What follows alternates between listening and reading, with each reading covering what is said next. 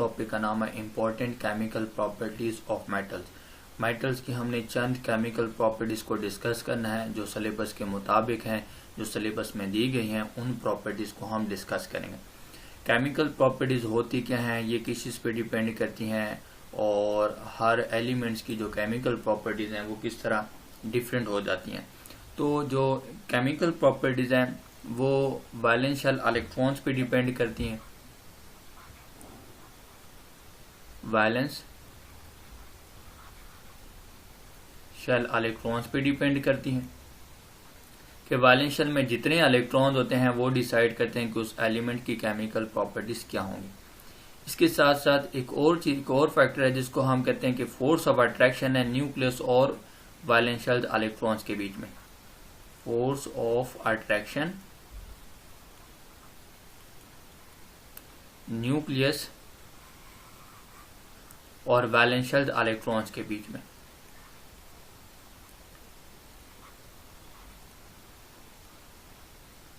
Nucleus और valence shell electrons के बीच में जो फोर्स ऑफ अट्रैक्शन है ये भी डिसाइड करता है कि एलिमेंट्स की केमिकल प्रॉपर्टीज क्या होंगी।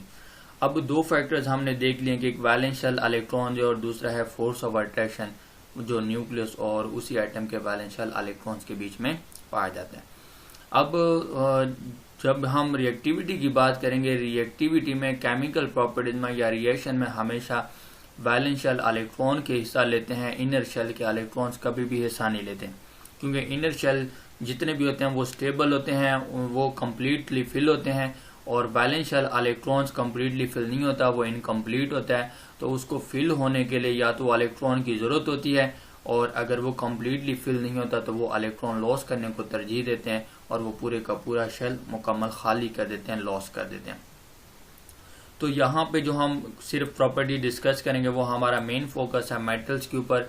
मेटल्स की हमें ये चंद प्रॉपर्टीज सिलेबस में दी गई हैं, उसके मुताबिक हम देखते हैं। फर्स्ट प्रॉपर्टी है कि they lose electrons and form positive ion. ये आसानी से इजिली इलेक्ट्रॉन को लॉस कर देती है मेटल और अपने ऊपर पॉजिटिव चार्ज बना लेते हैं, और जिनके ऊपर पॉजिटिव चार्ज आ जाता है उसकी नेचर इलेक्ट्रोपॉजिटिव होती है। एग्जाम्पल के तौर पर हम सोडियम को देख लेते हैं। सोडियम मेटल एक इलेक्ट्रॉन लॉस कर देती है, इस पर +1 चार्ज आ जाता है, एक इलेक्ट्रॉन इसने लॉस कर दिया। सोडियम का एटॉमिक नंबर 11 है,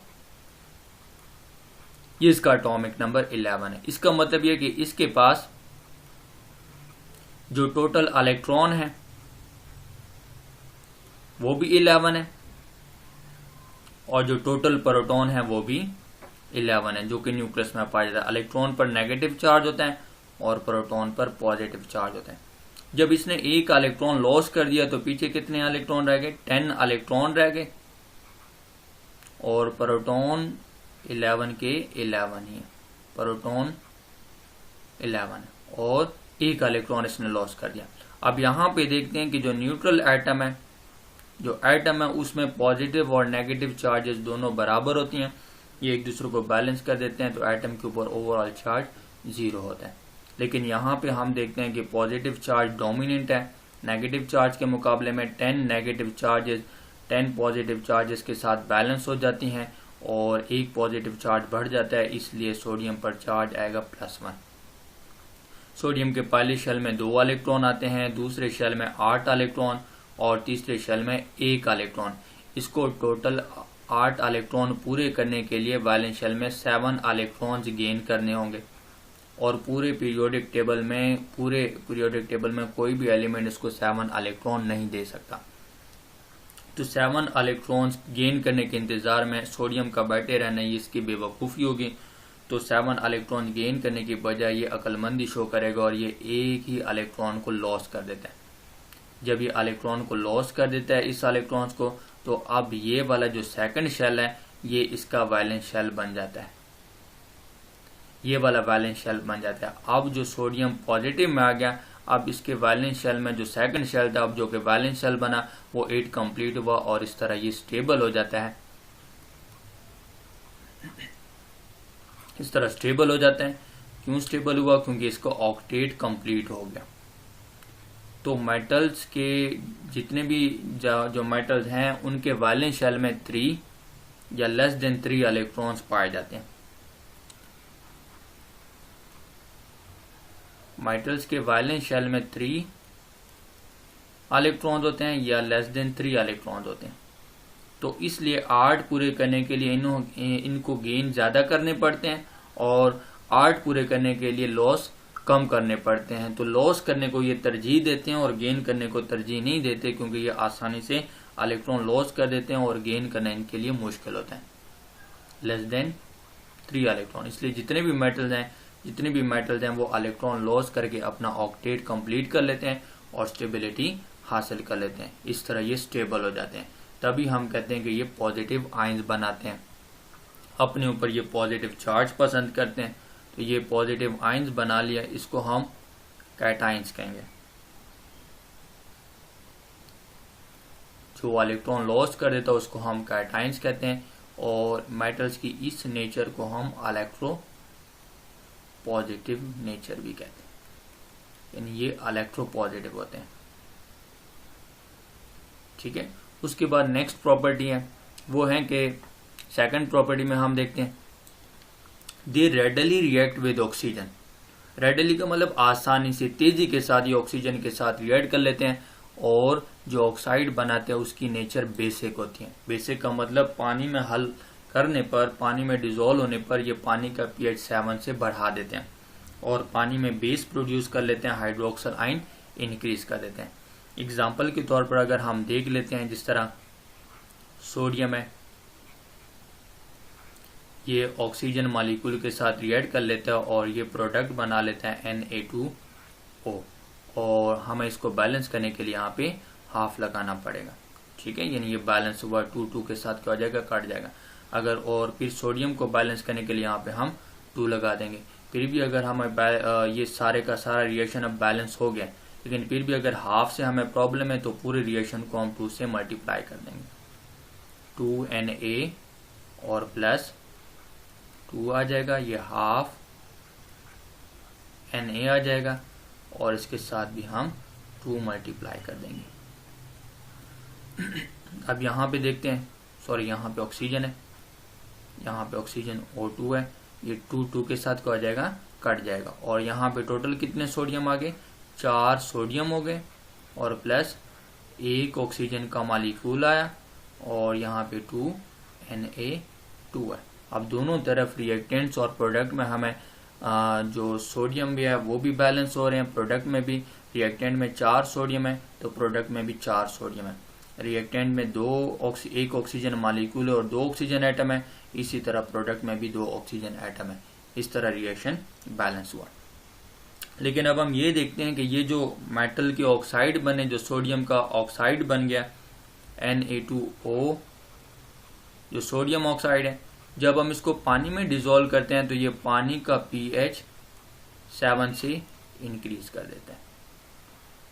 ये ऑक्सीजन इसके साथ मिल जाएगा, ये बना लेगा -1, इस OH पर भी चार्ज -1 है, तो एक सोडियम पर चार्ज +1 होता है और 2 सोडियम पर चार्ज +2। एक सोडियम एक OH के साथ मिल जाएगा और दूसरे वाला सोडियम दूसरे OH के साथ मिल जाएगा और पानी में इस तरह 2 NaOH प्रोड्यूस कर देंगे। और NaOH एक स्ट्रॉन्ग बेस है, ये सारे के सारे हाइड्रोक्सल आयन पानी में लॉस कर देता है और पानी का pH 7 से बढ़ जाता है। इस तरह जितने भी मेटालिक ऑक्साइड्स हैं वो नेचर में बेसिक होते हैं, पानी का pH 7 से बढ़ा देते हैं। उसके बाद नेक्स्ट प्रॉपर्टी है they usually form ionic compounds with non metal. तो नॉन मेटल्स का काम है इलेक्ट्रॉन्स को गेन करना और मेटल्स का काम है इलेक्ट्रॉन को लॉस करना।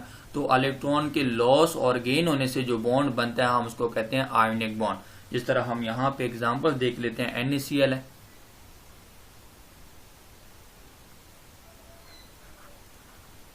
NaCl क्लोरीन पर -1 चार्ज होता है, सोडियम पर +1। सोडियम मेटल है, ये इलेक्ट्रॉन लॉस करके स्टेबल हो जाते हैं और क्लोरीन नॉन मेटल है, ये इलेक्ट्रॉन गेन करके स्टेबल हो जाते हैं। तो इनमें जो बॉन्ड बनता है उस बॉन्ड को हम कहेंगे आयोनिक बॉन्ड। ये मेटल है, मेटल ने इलेक्ट्रॉन लॉस कर दिए और नॉन मेटल ने इलेक्ट्रॉन गेन कर लिए। उसके बाद नेक्स्ट प्रॉपर्टी है, नेक्स्ट प्रॉपर्टी में हमें कहते हैं कि they have a metallic bond, जितने भी मेटल है उनमें जो बॉन्ड पाया जाता है उस बॉन्ड को हम मेटालिक बॉन्ड कहते हैं। अब जो बॉन्ड के अगर हम देखें मेटल्स का, मेटल के साथ जब भी बॉन्ड बनेगा, मेटल्स के आपस में जो बॉन्ड बनाएंगे तो वो बॉन्ड कहलाएगा metallic bond. Metal plus metal, ये बॉन्ड कहलाता है मेटालिक बॉन्ड।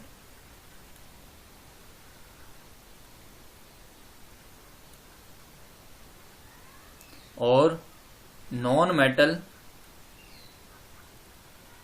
जब भी मेटल के साथ बॉन्ड बनाएंगे, नॉन मेटल जब भी मेटल के साथ बॉन्ड बनाएंगे तो ये बॉन्ड कहलाएगा आयनिक बॉन्ड। ये आयनिक बॉन्ड बना लेते हैं। और नॉन मेटल